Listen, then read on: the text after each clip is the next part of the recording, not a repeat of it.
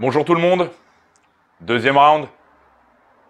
Bon, dans la continuité de la dernière vidéo, on va faire un petit point, histoire de se remettre à jour, des fois que vous auriez oublié les fondamentaux.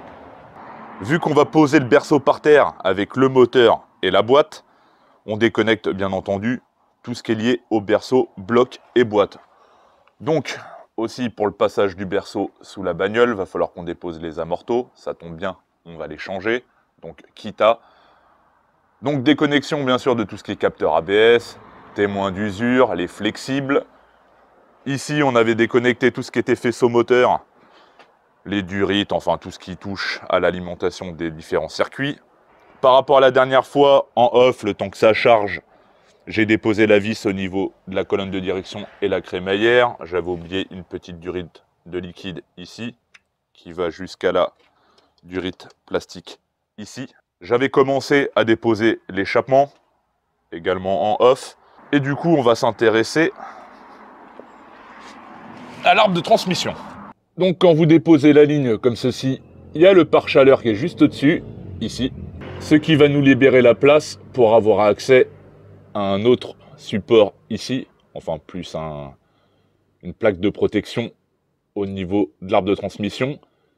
Et on va déposer le flector. Alors, au niveau du cadrage, je vous assure rien.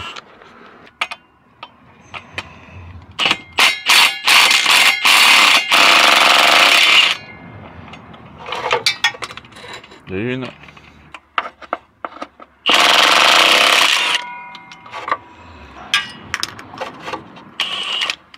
Et voilà.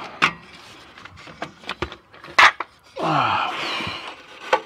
Alors, 1, 2, 3, 4, 5, 6. Là, tant que j'y suis, vu que le cul est un peu surélevé, je vais y péter des chandelles. Et puis on va descendre, l'arbre de transmission direct. Comme ça, au moins, ça sera fait. Alors, pour l'arbre de transmission, on va aller au niveau du pont.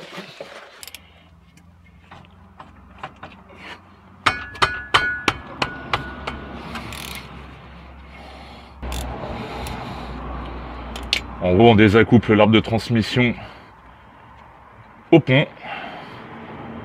Alors le système de fixation, comme je le disais juste avant, peut changer d'un pont et d'un arbre de transmission à l'autre.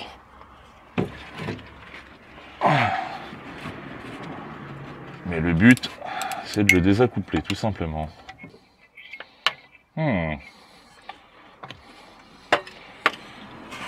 Si ça bouge, c'est que quand je vais déco au niveau du palier, ça va descendre d'un coup. Et ben vas-y, go.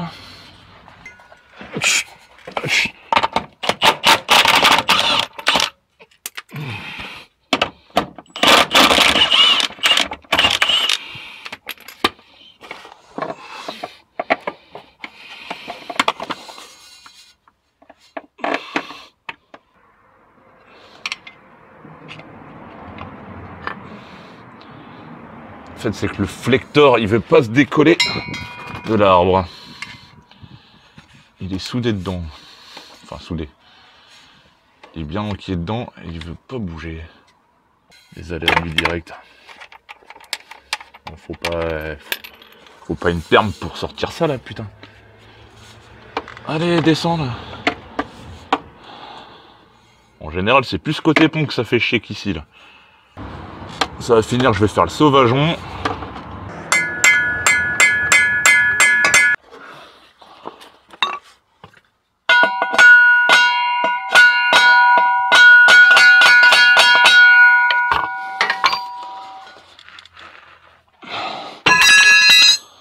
T'y crois, toi, mon gars? Mais c'est incroyable, ça. Putain de bague en métal de merde incrustée dans le métal. Oh là là, mais vas-y. Et tu sais quoi? Au niveau du pont, c'est nickel. Je vais tout descendre. Je vais tout tirer. L'échappement et l'arbre de transmission, il va venir avec. Il va se décranter du pont, il va venir. Bon, maintenant, levier de vitesse, parce que bon, j'ai pas envie d'y passer non plus l'année. Du coup, le petit problème qu'on a, c'est que vous voyez la partie cylindrique interne, et ben c'est soudé avec l'arbre de transmission, et il veut pas se décoller aux 3 points de fixation. Donc le truc, c'est que bah il est indécollable, et j'ai beau jouer avec la descente de la boîte et lui travailler la gueule dans tous les sens, sans compter la libération de l'arbre de transmission, ça me tape sur le système. Donc il va venir ensuite, on va se rejoindre ici. Alors on va retrouver le levier de vitesse que j'ai désaccouplé rapidement, enfin que j'ai juste viré le verrouillage, le bras de sélecteur, et ici on a tout simplement un support qui fait qu'on puisse véhiculer le levier de gauche à droite, ou d'avant en arrière. Et il est pris avec un cylindre bloc au bout de mon pouce là, ici, qui est pris sur la caisse. On va aller au niveau de l'habitacle pour désaccoupler le levier avec le fameux bras ici. Et puis également le sélecteur. Oh, si, j'allais oublier le récepteur d'embrayage. Qu'est-ce que je vire?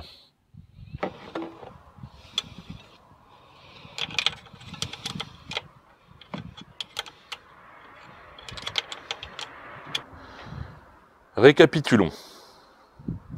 Les différents circuits à déconnecter. Circuit de frein comprenant étrier gauche-droit et puis le récepteur d'embrayage qu'on vient de faire. Au niveau de la boîte de vitesse, la commande de boîte et l'arbre de transmission. Pour ça, dépose de l'échappement également.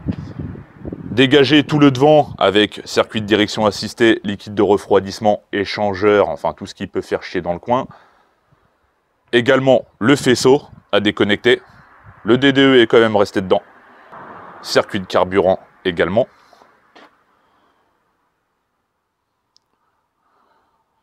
Bah écoutez, à l'instant T, je pense que c'est pas mal.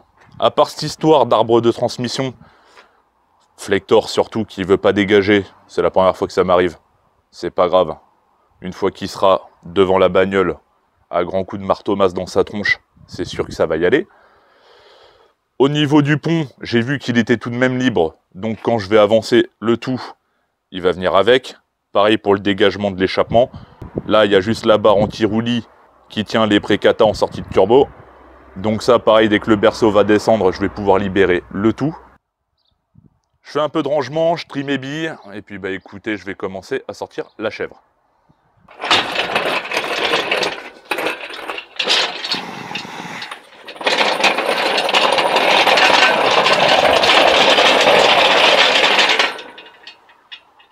Oui, je l'ai gardé.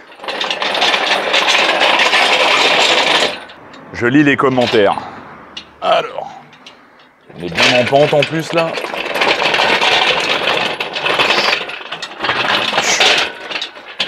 Là. J'ai dû démonter le collecteur d'admission pour se prendre à l'arrière au niveau de la boîte et pour éviter de tout casser, vu que j'ai qu'une élingue.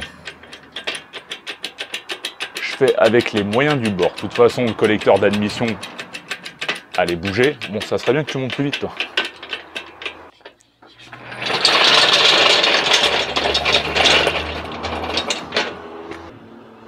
Du coup, dépose du collecteur d'admission pour pouvoir passer les lingues comme ceci et être pris au bout pour tout simplement équilibrer au niveau de la boîte. Bon, j'en suis pas à mon coup d'essai, c'est pour ça que je le fais comme ça. Après, tout dépend de l'outillage que vous avez, etc. J'ai vérifié les derniers petits points. Il nous restait la masse et le démarreur. La masse est par terre. Je ne sais pas si vous la voyez. Donc, qui est pris à ce niveau et d'ailleurs lié à l'alternateur. J'ai également mis un cric au niveau de la boîte. Mon gros cric. Et je vais prendre le petit ici pour plaquer le berceau au maximum au vu du poids, sachant que le moteur est attaché que par les supports moteurs. Si je commence à lever ou même à faire descendre le berceau juste en tenant le moteur, ça va tout faire forcer et je ne veux pas. Donc on va gentiment le faire descendre en même temps que le cric et descendre afin que le berceau tienne sur les jambes de force de notre chèvre. Et puis après, la chèvre, je la tire en espérant que ce putain d'arbre de transmission suive. Ça c'est bon. Boîte moteur en appui, ça en sécu là-haut, juste en tension ce qu'il faut. Et ben on va commencer à retirer toutes les vis du berceau.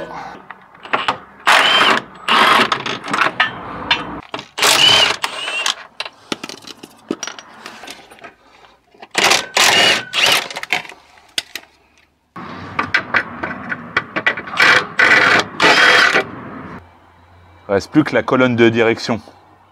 Je vais commencer à gentiment la faire descendre pour mettre un peu le tout en tension.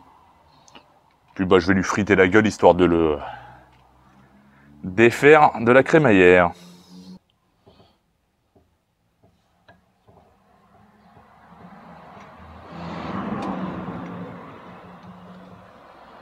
Tac. Vu que je suis tout seul, bah dans des cas comme ça, on vérifie que tout vient correctement, qu'il n'y a rien qui fait n'importe quoi. Allez, sors de là, toi.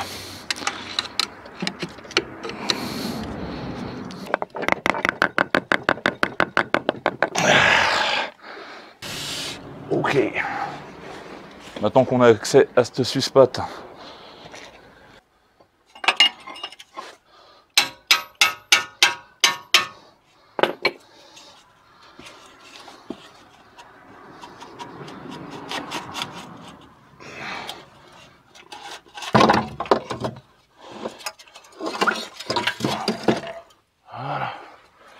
une. Par contre, toi, je suis pas trop fan que tu traînes par terre, toi.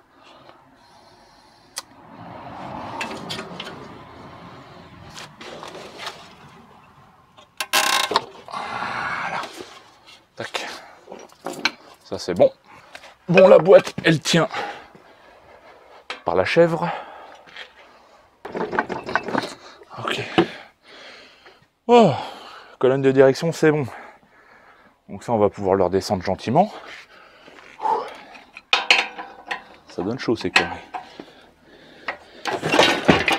Tu te calmes, là? C'est quoi ces criques de mort, là?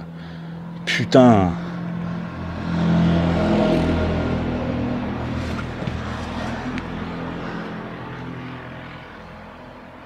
Ça a plus de peur que de mal, mais tout de même, quoi.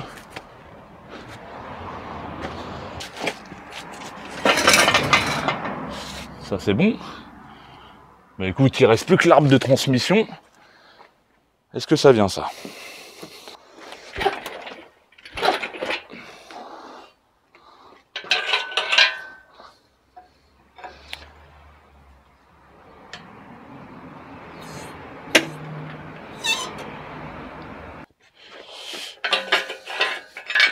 On va le redescendre encore un tout petit peu.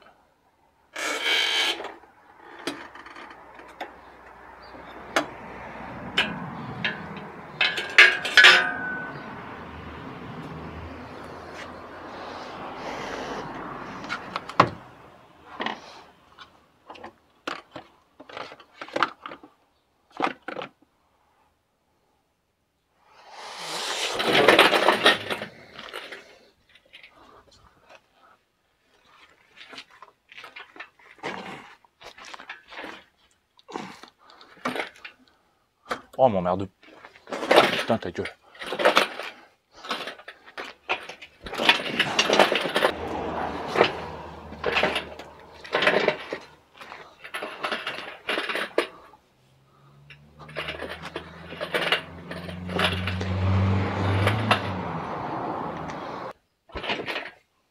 Ouais. Ça le fera bien. Petite cale pour la boîte. Petite qui dit.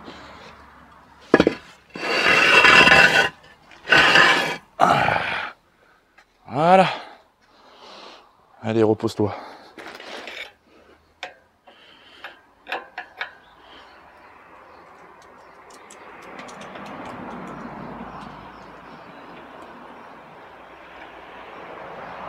Hop. Écoute, on va laisser ça comme ça pour demain.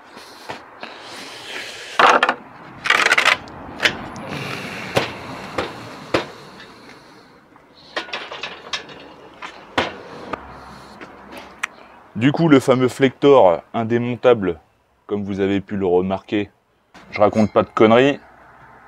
J'ai jamais vu ça. Bah, en fait, c'est ceci qui est carrément soudé à ça. J'ai beau les tabasser, marteau burin, bah déjà je l'ai marqué un petit peu à des endroits, donc bon. Au moins tout l'ensemble est sorti, on va pouvoir travailler maintenant dessus.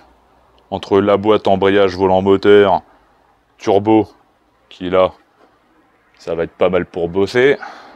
Collecteur d'échappement, admission, et j'en passe.